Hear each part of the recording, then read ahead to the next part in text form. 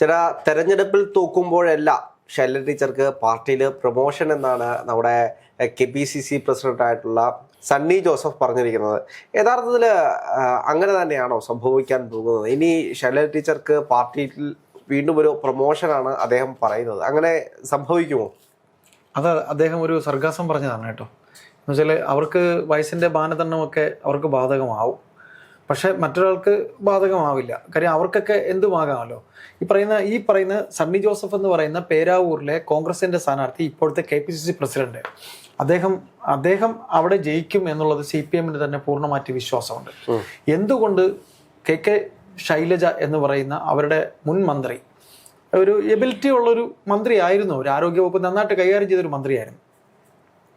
എന്നു മുതൽ അവർ പിണറായിക്ക് ഇഷ്ടമില്ലാത്തവരായോ അന്ന് മുതൽ പിണറായിയുടെ കണ്ണിലെ കരടായി മാറി എന്ന് മുതലായോ അന്ന് മുതൽ കണ്ണൂർ ഘടകത്തിന് പോലും അവരെ സഹായിക്കാൻ കഴിഞ്ഞിട്ടില്ല. പാർട്ടിയുടെ കണ്ണൂർ ഘടകത്തിന് പോലും സഹായിക്കാൻ കഴിഞ്ഞിട്ടില്ല. ധർമ്മടത്ത് മുഖ്യമന്ത്രി പിണറായി വിജയന് കിട്ടിയ ഭൂരിപക്ഷത്തെക്കാൾ അവർക്ക് മട്ടന്നൂർ കിട്ടിയ ഭൂരിപക്ഷം അത് വല്ലാതെ കണ്ണൂരിലെ സഖാക്കൾക്കല്ല, മുഖ്യമന്ത്രിക്ക് അദ്ദേഹത്തിന് വെറി പിടിപ്പിച്ചിട്ടുണ്ട്. രണ്ട്, അവർക്കുണ്ടായിട്ടുള്ള ജനസമ്മതി ഇദ്ദേഹത്തിനുണ്ടായതിനേക്കാൾ PR വർക്ക് അവർക്ക് വേണ്ടി ഉണ്ടായി.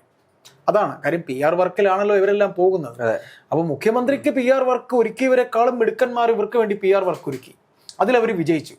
അന്ന് മുതൽ അത് നമുക്ക് ഇതിനകത്ത് മറ്റൊരു കാര്യം എന്ന് പറയുന്നത്, പാർട്ടി സെക്രട്ടറി പറയുന്നത് CPM-ന്റെ ഏറ്റവും കരുത്തനായിട്ടുള്ള നേതാവാണ് KK ശൈലജ. അതുകൊണ്ടാണ് അവരെ KPCC പ്രസിഡന്റോട് മത്സരിക്കാൻ വേണ്ടി വിടുന്നത് എന്നാണ്. ഇപ്പോൾ പല ആളുകളും പറയുന്നത് ഇനി ആരാണ് KK ശൈലജ എന്ന് സണ്ണി ജോസഫ് അറിയാൻ പോകുന്നതേ ഉള്ളൂ എന്നുള്ള ഭീഷണിയാണ് CPM-ൽ നിന്നും ഏറ്റവും കൂടുതൽ ഉയർന്നുകൊണ്ടിരിക്കുന്നത്. തെരഞ്ഞെടുപ്പിന്റെ അവസാന വേളയിൽ KPCC പ്രസിഡന്റ് അല്ലെങ്കിൽ കോൺഗ്രസ് പാർട്ടി അറിയുമോ ആരാണ് ശൈലജ ടീച്ചർ എന്ന് അറിയുമോ എന്നാണ് ഇപ്പോൾ സോഷ്യൽ മീഡിയ, സമൂഹ മാധ്യമങ്ങൾ ഏറ്റവും വലിയ ചർച്ചാ വിഷയമായിട്ടുള്ളത്. രാഹുലെ ഒരിക്കൽ അറിഞ്ഞതാണ്, അത് രാഹുലിനും അറിയാം. വടകരയിൽ ഇവർ സ്ഥാനാർത്ഥിയാക്കിയത് ഈ പറയുന്ന KK ശൈലജയാണ്. അന്നും ഇവർ പറഞ്ഞത് ഇവർ സ്ഥാനാർത്ഥിയാക്കിയ ശേഷമാണ് ഇവർ സ്വപ്നത്തിൽ പോലും വിചാരിക്കാത്ത ഒരു കാൻഡിഡേറ്റായി ഷാഫി അവിടെ എത്തുന്നത്. ഷാഫിയുടെ ജനപ്രീതി, വടകര എന്ന് പറയുന്ന ഇവരുടെ കുത്തക മണ്ഡലമാണ്. വടകര ഒരു പ്രാവശ്യം കണ്ട് ഞാൻ പോയിട്ടുണ്ട്. വടകര പാർട്ടി ഗ്രാമങ്ങളുള്ള സ്ഥലമാണ്. ഈ TP ചന്ദ്രശേഖരൻ വധത്തോടു കൂടി വടകര എങ്ങനെയായി മാറി എന്നുള്ളത് ഇവിടെ കേരള സമൂഹത്തിനൊക്കെ തന്നെ അറിയാം. രണ്ട്, ഈ പറയുന്ന KK ശൈലജ അവിടെ സ്ഥാനാർത്ഥിയാക്കിയതിന് ശേഷമാണ് ഷാഫി സ്ഥാനാർത്ഥിയാവുന്നത്. എന്നിട്ട് ഈ പാർട്ടി തന്നെ KK ശൈലജ എന്താണ് എന്നുള്ളത് ഈ പാർട്ടി കാണിച്ചു തന്ന പാർട്ടി ഇപ്പോൾ ഈ പറയുന്നതിൽ എന്തെങ്കിലും കാര്യമുണ്ടോ? അവർ തന്നെയല്ലേ ഈ പറയുന്ന കാഫിർ പ്രയോഗമൊക്കെ ഉണ്ടാക്കിയത്. ഈ ഒരു 50 വയസ്സ്, ഞാൻ പ്രായമൊന്നും പറയുന്നില്ല, ഒരു പക്വത എത്തിയ ഒരു ടീച്ചറാണ്. അവരുടെ പാർട്ടിയിലെ ഒരു സമുന്നത സ്ഥാനം വഹിക്കുന്ന ഒരു വ്യക്തിയാണ് എന്ന് പോലും ഓർക്കാതെ അവരെ സൈബർ അറ്റാക്ക് ചെയ്ത് അവരുടെ മാഹാത്മ്യം ഒരിക്കൽ വിളിച്ചോതി ഈ പാർട്ടിക്ക് ഇനിയിപ്പോൾ ഒന്നുകൂടി സണ്ണി ജോസഫ് എന്ന് പറയുന്ന KPCC പ്രസിഡന്റോടെ നിൽക്കുമ്പോൾ എന്ത് ഖ്യാതിയാണ് ഇവർക്ക് ഉണ്ടാക്കി കൊടുക്കാനുള്ളത്? അല്ല, സ്വാഭാവികമായിട്ട് അന്നത്തെ തെരഞ്ഞെടുപ്പ് നമ്മൾ കണ്ടതാണ്. ഒന്ന് കാഫിർ സ്ക്രീൻഷോട്ട് വലിയ രീതിയിൽ പ്രചാരണം ഉണ്ടായിരുന്നു. അതിനപ്പുറത്തേക്ക് ശൈലജ ടീച്ചറുടെ മോർഫ് ചെയ്ത ചിത്രങ്ങൾ അവിടെ പ്രചരിപ്പിച്ചു. അതെ, പ്രചരിപ്പിക്കുന്ന ഒരു സാഹചര്യം ഉണ്ടായി. അവസാനം CPM-ന്റെ നേതാക്കന്മാരെ തന്നെ ഇത് കുരുക്കു ബാധിക്കുകയും അവരെ തന്നെ അറസ്റ്റ് ചെയ്യുന്ന ഒരു സാഹചര്യത്തിലേക്ക് എത്തുകയും. അതെ, ഈ കാഫിർ പ്രയോഗം എഴുതി തരാൻ അവരുടെ അധ്യാപക സംഘടനയിലെ ഒരു അധ്യാപകനാണ്. ഒന്ന് ആലോചിച്ച് നോക്ക്. എന്നിട്ട് ആ മാഹാത്മ്യം, അന്ന് കാട്ടിയ അതേ മാഹാത്മ്യം ഇനിയും കാട്ടുമെന്നാണ് അവർ പറയുന്നത്. സ്വാഭാവികമായിട്ട് തെരഞ്ഞെടുപ്പ് വരുമ്പോൾ അത്തരത്തിലുള്ള ഒരുപാട് വിഷയങ്ങൾ ഉണ്ടാകാൻ സാധ്യതയുണ്ട്. അങ്ങനെ പുതിയൊരു പ്രചരണവുമായിട്ട് അവര് ചെല്ലുന്നൊരു സാഹചര്യം ഉണ്ടാവുമോ പേരാമ്പ്രയിൽ? രാഹുൽ, ഇതിനകത്ത് സംഭവിച്ച രാഹുലിനെ നമ്മൾ ഇത്രയും നാൾ നമ്മൾ വായിച്ച കുറച്ച് കാരണം അവരുടെ കണ്ണൂർ ജില്ലാ ഘടകം, അതായത് ഇവർ കണ്ണൂർ ജില്ലാ സെക്രട്ടേറിയറ്റാണ് പാർട്ടി സ്ഥാനാർത്ഥികളെ നിശ്ചയിക്കുന്നത്. സ്ഥാനാർത്ഥികളെ നിശ്ചയിക്കുമ്പോഴത്തേക്ക് ഇവരെ ഈ പറയുന്ന മട്ടന്നൂരിൽ നിന്ന് എടുത്ത് മാറ്റുന്നു. ഇവർക്ക് പാർട്ടിയിൽ ആകെ ഇപ്പോഴും എൻ്റെ കേട്ടറിവ് ഇവർക്ക് പാർട്ടിയിൽ ഈ പിണറായി വിജയൻ എന്ന് പറയുന്ന വലിയ നേതാവിനോട് എന്തെങ്കിലും കാര്യം സംസാരിക്കണമെങ്കിൽ പോലും ഇവരുടെ സഹോദരിയെ വിവാഹം കഴിച്ചിരിക്കുന്ന EP ജയരാജനാണ്. EP ജയരാജൻ എന്ന് പറയുന്ന നേതാവാണ് ഇവർക്ക് വേണ്ടി സംസാരിക്കുന്നത്. പാർട്ടിയിൽ ഇവർക്ക് ഒരു വോയിസും ഇല്ല. ഇവർക്കെന്നല്ല ഈ ശ്രീമതി ടീച്ചർക്കും ഇല്ല. സ്ത്രീകൾക്ക് ആർക്കും തന്നെ ഇദ്ദേഹം ഇരിക്കുന്ന കമ്മിറ്റിയിൽ ഒരു മനുഷ്യന് അനങ്ങാൻ പറ്റില്ല. ഇദ്ദേഹം രാജാവായി വന്നിരിക്കുമ്പോൾ കമ്മിറ്റി ഇരിക്കുന്നവർക്ക് അനങ്ങാൻ പറ്റില്ല. അപ്പോൾ ഇവർക്ക് പറയുന്ന മണ്ഡലം സ്ഥിരീകരിച്ച് നൽകുമ്പോൾ, ഓരോരുത്തർക്ക് നൽകുമ്പോൾ ഇവർക്ക് യഥാർത്ഥത്തിൽ പേരാവൂര് പോലും ഇല്ലായിരുന്നു. മട്ടന്നൂരിൽ നിന്ന് ഇവരെ എടുത്ത് മാറ്റുന്നു. എന്നിട്ട് സനോജിനെ നിർത്തുന്നു.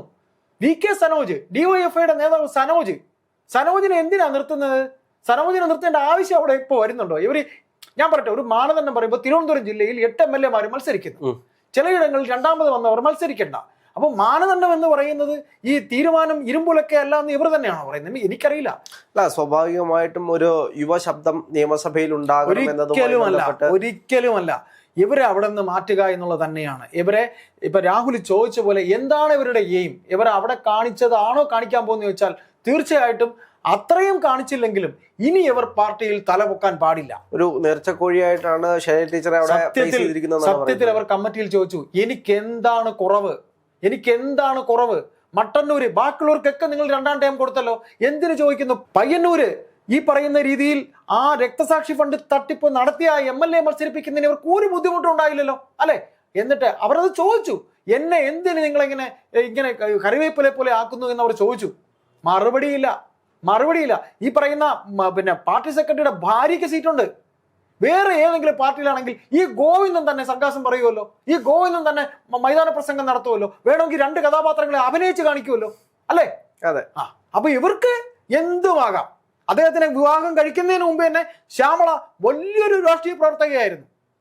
അപ്പോ രാഹുല ഈ അണയാൻ പോകുന്ന തീ ആളിക്കത്തു എന്നൊക്കെ പറയുമല്ലോ, അത് തന്നെയാണ് ഈ പാർട്ടിയെ സംബന്ധിച്ച് ഉണ്ടാകാൻ പോകുന്നത്. കാലാനുസൃതമായി ഓവർ കോൺഫിഡൻസ് പാർട്ടിയെ വലിയ രീതിയിൽ ബാധിക്കും. തീർച്ചയായിട്ടും അത് ചിലപ്പോഴൊക്കെ ഉണ്ടല്ലോ, നമ്മുടെ ചില അടുത്ത സുഹൃത്തുക്കൾ ഈ പാർട്ടിയുമായി ബന്ധമുള്ളവരുണ്ട്. ഇവരോടൊക്കെ സംസാരിക്കാൻ ചെല്ലുമ്പോൾ നമ്മൾ വിചാരിക്കും ഇവനൊക്കെ ഏത് ലോകത്ത് ജീവിക്കണം എന്ന് വിചാരിക്കും. ഇവർ പറയും 3.0 പിണറായി വന്നു കഴിഞ്ഞു. അതെന്തുകൊണ്ടെന്നറിയോ അവരൊക്കെ പറയണത്?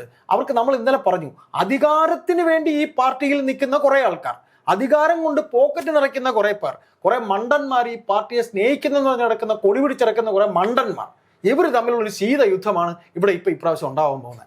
അപ്പൊ നമ്മൾ പേരാവൂരേക്ക് വരുമ്പോൾ തീർച്ചയായിട്ടും ഇത്തവണ ടീച്ചർക്കുള്ള മറുപണി, മറ്റേതോ ഒരു പണി മിക്കവാറും ഇതോടുകൂടി ഇവരുടെ കരിയർ അവസാനിപ്പിച്ച് ഇവർക്ക് എന്ന് പറഞ്ഞാൽ മട്ടന്നൂരിൽ നിന്ന് നിങ്ങൾ മാറ്റിയിരിക്കുന്ന പേരാവൂരില്ല, നിങ്ങൾ തെളിയിക്കുക.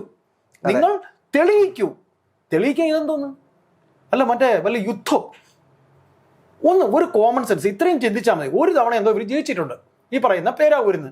ശേഷം ഈ പറയുന്ന രീതിയിൽ ഇവർ തന്നെയല്ലേ ഈ മണ്ഡലങ്ങളൊക്കെ തിരിച്ച് തങ്ങളുടെ പോക്കറ്റിലേക്ക് വോട്ട് വരാനായി ഓരോ മണ്ഡലങ്ങൾ തിരിച്ചത്. അപ്പോൾ അതിൽ ആ മണ്ഡലത്തിൽ വന്നിരിക്കുന്ന അത്രയും ക്രിസ്ത്യൻ സമൂഹം ഒരു ഭൂരിപക്ഷം ഈ കുടിയേറ്റക്കാരാണ്. മാത്രമല്ല അദ്ദേഹത്തിന് അറിയില്ല, അദ്ദേഹം സൗമ്യമുഖമുള്ള ഒരു സാധാരണക്കാരനായി. നമ്മൾ KC ജോസഫ് എന്ന് പറയുന്ന കോൺഗ്രസ് നേതാവ് നമുക്ക് ഓർമ്മയുണ്ടല്ലോ, അതുപോലെയുള്ള ഒരു സാധാരണക്കാരനായ ഒരു കോൺഗ്രസ് പ്രവർത്തകൻ. അല്ല, എന്ത് തന്നെയാണെങ്കിലും വലിയൊരു മത്സരത്തിലേക്കാണ് പേരാവൂർ പോകുന്നത് എന്ന് പറയുന്ന സാഹചര്യത്തിലും അവിടെ നമ്മുടെ സണ്ണി ജോസഫ് വളരെയധികം കോൺഫിഡൻസിലാണ് മുന്നോട്ട് പോയിക്കൊണ്ടിരിക്കുന്നത്. അദ്ദേഹം പറയുന്നത് എന്താണെങ്കിലും പോളിറ്റ് ബ്യൂറോയിലേക്ക് ശൈലജ ടീച്ചറെ എത്തിക്കാനുള്ള ഏറ്റവും നല്ലൊരു വഴിയായിട്ടാണ് അദ്ദേഹം ഈ തെരഞ്ഞെടുപ്പിനെ കാണുന്നത്. അദ്ദേഹം അങ്ങനെ തന്നെയാണ് ആ തെരഞ്ഞെടുപ്പിനെ നേരിടാൻ പോകുന്നത്.